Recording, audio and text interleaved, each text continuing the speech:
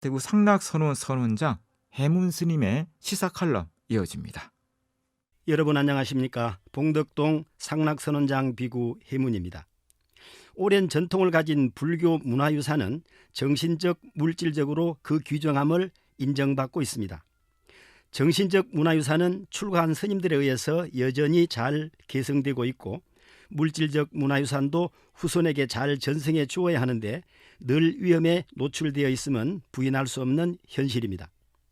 위험에 노출된 현실은 다름이 아니라 전통사찰 대부분의 건물들이 목조로 지어졌기에 화재에 대단히 취약하다는 점입니다.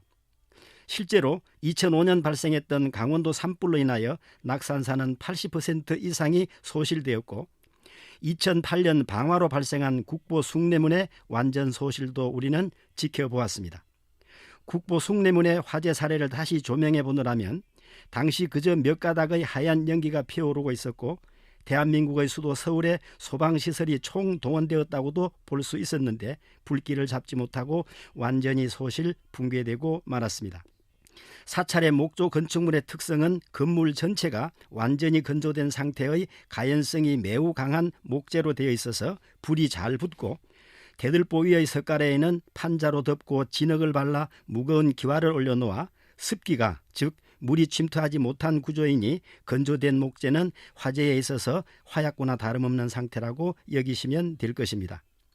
특히 천정 내부 적심층에는 내부 구조를 보강하기 위하여 넣어놓은 대패밥이나 짜기밥 등이 채워져 있어서 이것이 불쏘시개 역할을 하고, 여기에 한번 불이 붙으면 소화수가 닳을 수도 없는 깊은 곳이므로 비록 외부에서 볼 때 작은 연기가 피어오르듯 보여도 불은 이미 전체에 번져버린 경우가 대부분이어서 시간이 되면 걷잡을 수 없이 온 건물에 퍼져 전체를 태워버리기에 불이 붙으면 불길을 거의 잡을 수가 없다는 것입니다.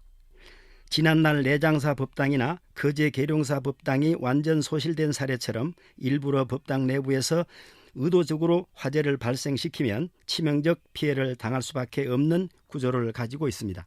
때문에 사찰 화재 대책으로 자동 화재 탐지 설비 설치, 강화액 소화기 비치, 다량의 소화수 확보 등 불을 초기에 신속하게 진압할 수 있도록 해야 하는데, 이마저도 사찰에서는 여의치가 않고 설사 즉시 소방서에 신고가 들어간다 하더라도 사찰은 대부분 산중에 있어서 접근성이 어려움은 물론이고 특수 차량의 진입은 시도조차 할 수 없는 경우가 대부분이니 그 피해를 고스란히 입을 수밖에 없게 되어 있어 안타까움을 자아냅니다.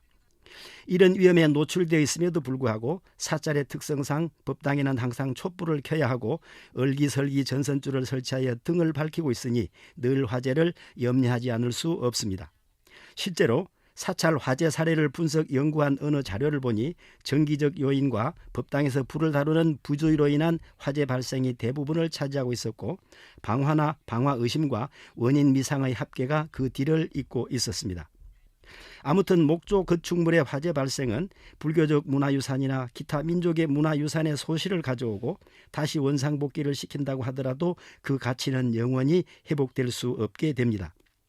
이에 즈음하여 불교계에서는 예로부터 화재에 의한 취약점을 잘 알기에 화재를 사전에 방지하고자 여러 가지 방편을 써서 각고의 노력을 해왔음이 곳곳에서 보여집니다.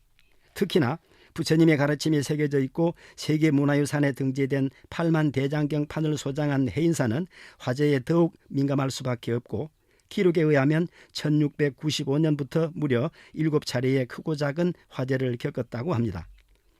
그래서 해인사에서는 화재 예방의 기원을 담아 해마다 소금 묻기 행사를 하며 올해도 진행하였는데, 이는 양기가 가장 강하다는 단오절에 바닷물로 화기를 누른다는 의미로 화재에 취약한 곳에 소금을 넣고 물을 부어 담아둡니다. 저도 해인사 선원에서 선객으로 지내던 시절 이 행사에 동참했던 기억이 떠오르는데, 예방 효과를 따지기 전에 소방시설을 철저히 점검하고 세심한 주의를 기울여 화재를 사전에 예방함이 최선의 방법이라고 여깁니다. 감사합니다.